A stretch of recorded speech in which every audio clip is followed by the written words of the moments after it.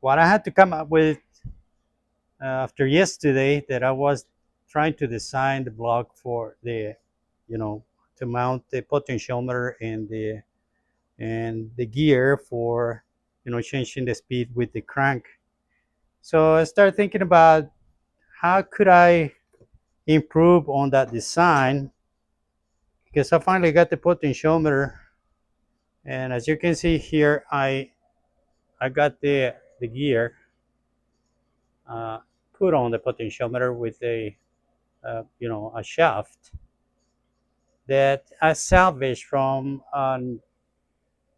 a wheel alignment sensor that I scrapped not long ago, and I took apart all the pieces, and I always keep the pieces that I might think that they're useful, and that's where I got these little gears, and uh, and I got several of them.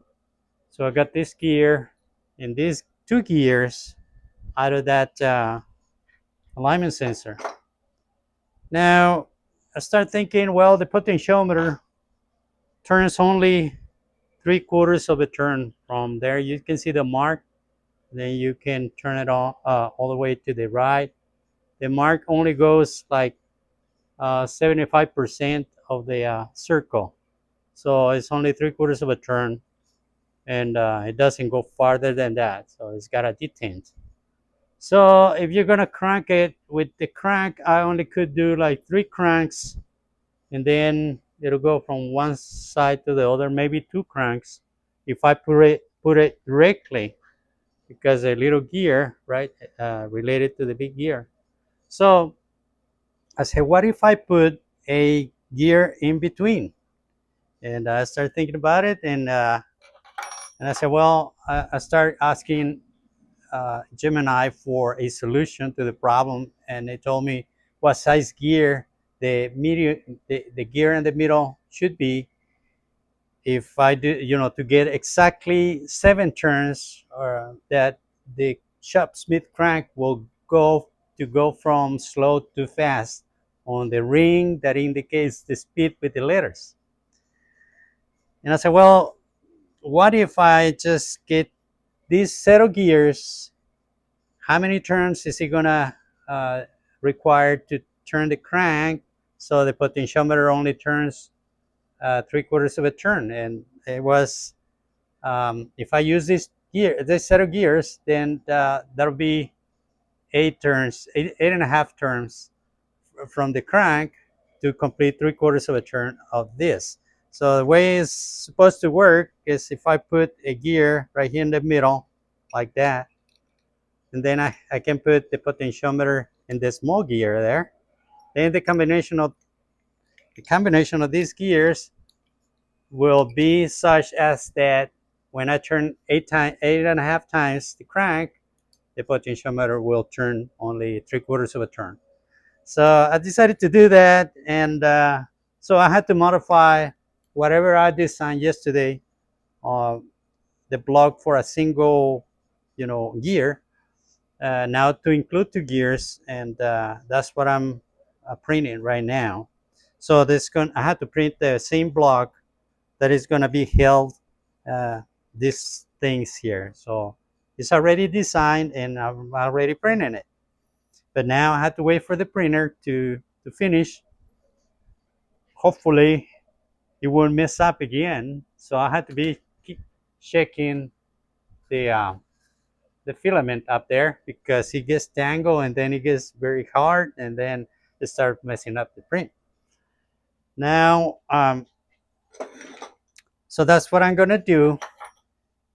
Finally, I received today the speed controller, or the SER controller, which is this one right here, and it came a little damaged. Look, it was bent, but I hope it's okay.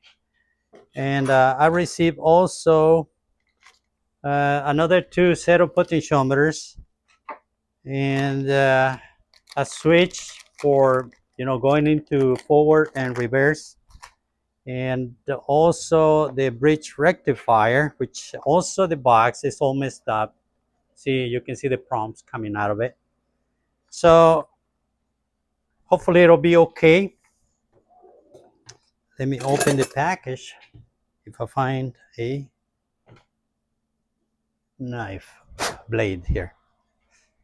Yeah, so it came slightly damaged here. So let me open the packaging. Hopefully this will be okay when I test it.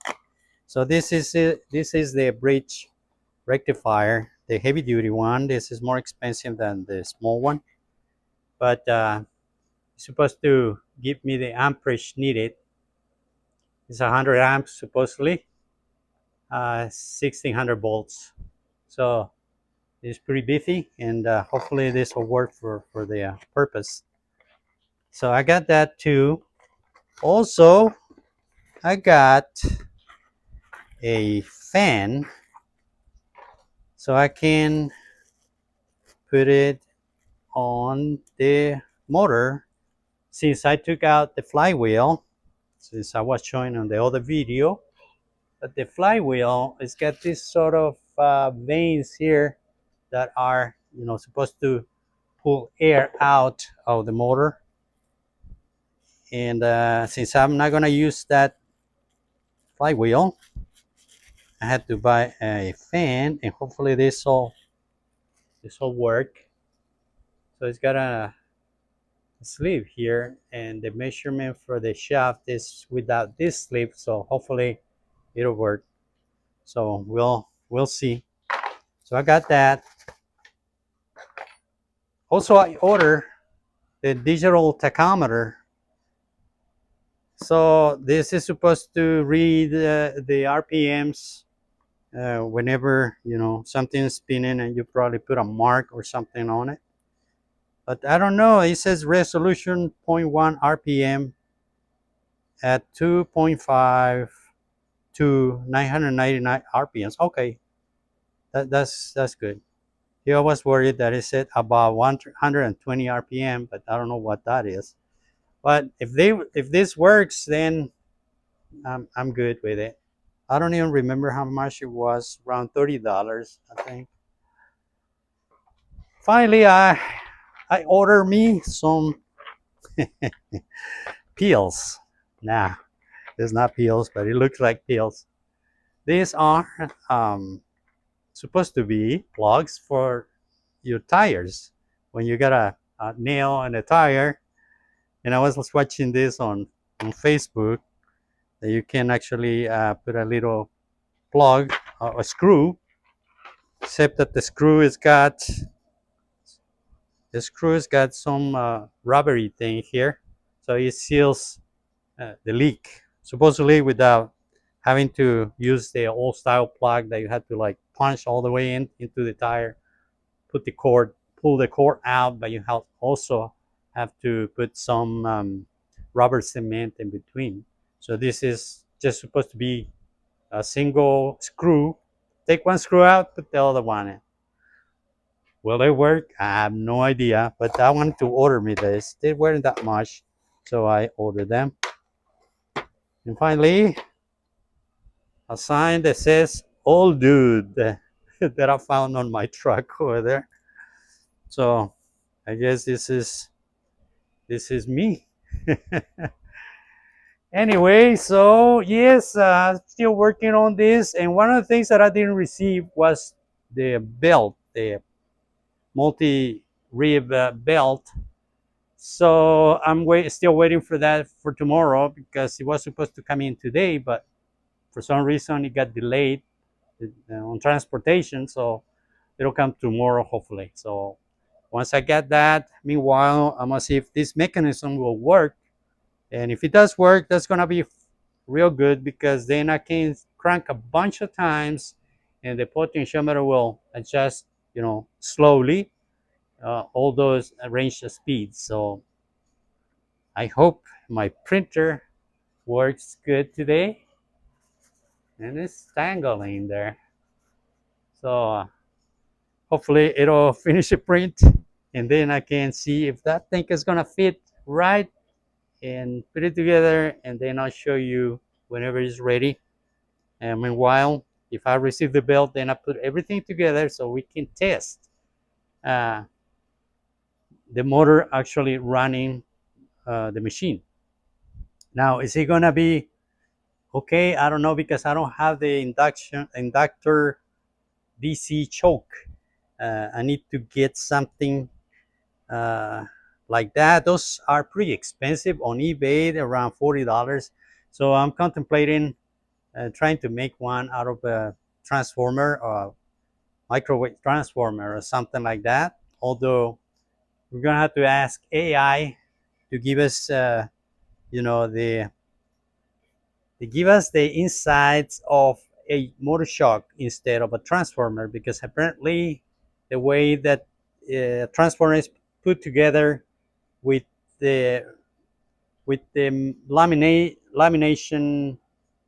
material is interlaced, and it's not supposed to be like that. So I think they're like that you have to put I think you had to put those laminations in certain positions so it works fine with DC voltage.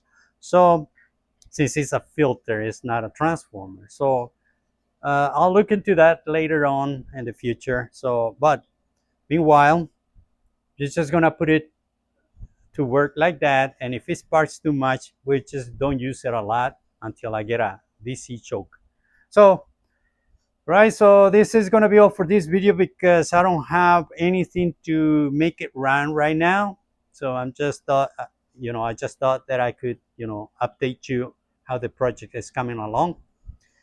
All right, so thank you very much for watching, and I will see you in the next video. Bye bye.